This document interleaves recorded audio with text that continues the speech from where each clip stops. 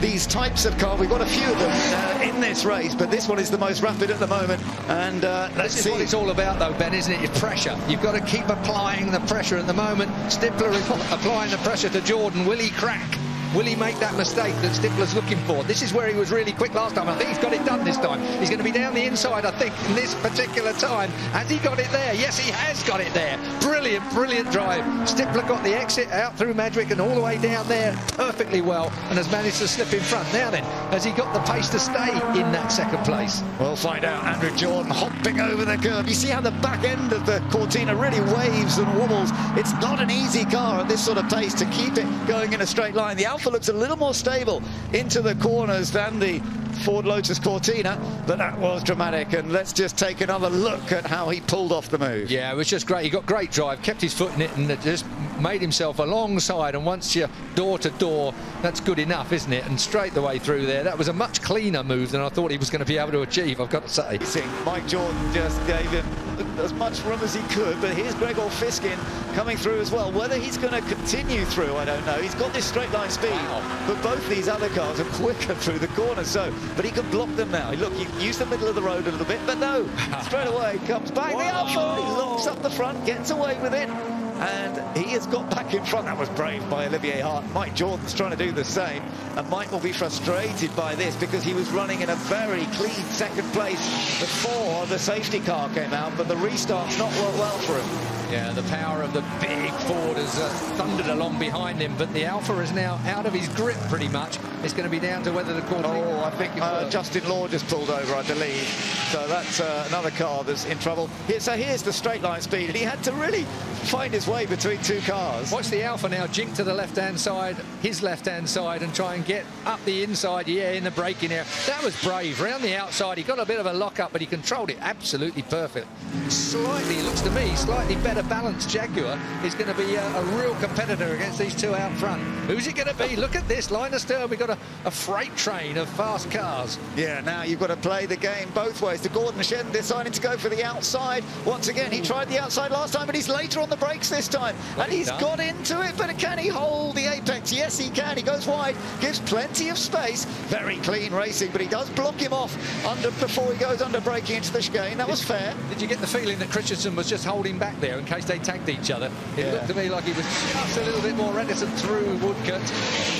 Now then, here comes Dumas coming back at him. It's about second, it's about fourth, and John Spires and James Davison, 96 and 44. Here they are. This is for fourth place. No, that's the battle for second. The next two cars in shot. Davison's got by. The silver car has got by, so he's up to fourth place. We didn't see where it happened, but it happened. And Stuart Hall alongside on the last upper gate. Look at the vapour coming out of the injectors as they snap through the gears. Stewie's on the inside. Rob Hall. The door was not really open, but Hall just put his foot in. Last lap lunge. He got it done neat and tidy. Oh, because Bob Hicks designed it and raced it back in the period. Yeah, the whole year waiting for the revival, and it breaks down on lap one. Here comes the challenge for second place. That distinctive Lola of Peter de la Roche, looking on the inside of Stuart Roche's orange Alexis. He's got the line. Has he got enough room? They will give each other racing room because, as they said in the collecting area to Ed, any touch of wheels here is going to be potentially very dangerous, not least to say expensive. So Andrew Hibbert leads across the line. Peter de la Roche in second, Stuart Roche back in third.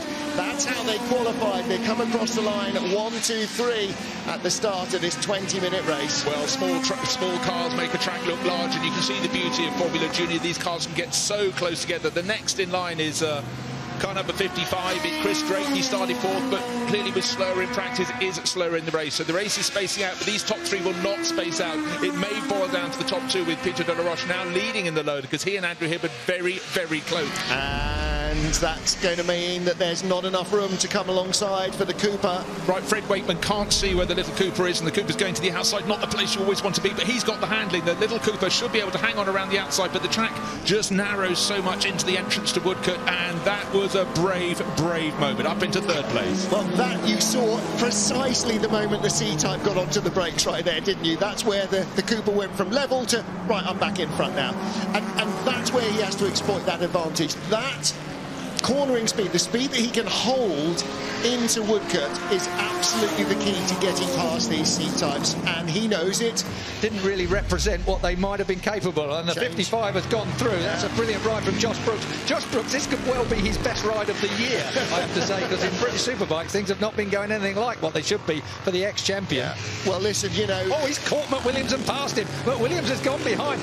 The Australian is properly on it here. He's really getting the grips with Goodwood. And Josh Brookes, he might not be having a great season. He hasn't forgotten how to ride a bike. So we've got 11 minutes still to go in this race. Which is plenty. And they're getting closer to David Morris. He's dropped back a bit, actually, Mark. Yeah, maybe he's got a bit. And now for second place, Baxter goes through. Yeah, he's managed to get past Nicholas Topless. And Gillies seems to have dropped right back. So I wonder what happened there, because whether they had a problem. He's looking down in the cockpit fast. You're right. Mainly not down the straight. He's going to go for it before the straight. That's sensible, because he's got no cornering speed here that the Galaxie doesn't, and it gets very sideways. Going to lose another place to the Cortina as well, who's nipped through, pushed the big boat to one side, through went the Alfa, followed by the Cortina. Yeah, Olivier Hahn, another one, is charging along in that beautiful little Alfa Romeo. Look at the sprint. Yeah, the Galaxie's so quick in a straight line, isn't it? But now he's going to have to brake earlier than these guys. Nice smooth turn on the steering. Not too much sliding going. Oh, yeah. There you go. Excuse me, Ben. Commentator's curse. And it's a big moment. Well. Will he get it all squared off by the time we get to the chicane? Yes, he makes it through there. Some very narrow chicane.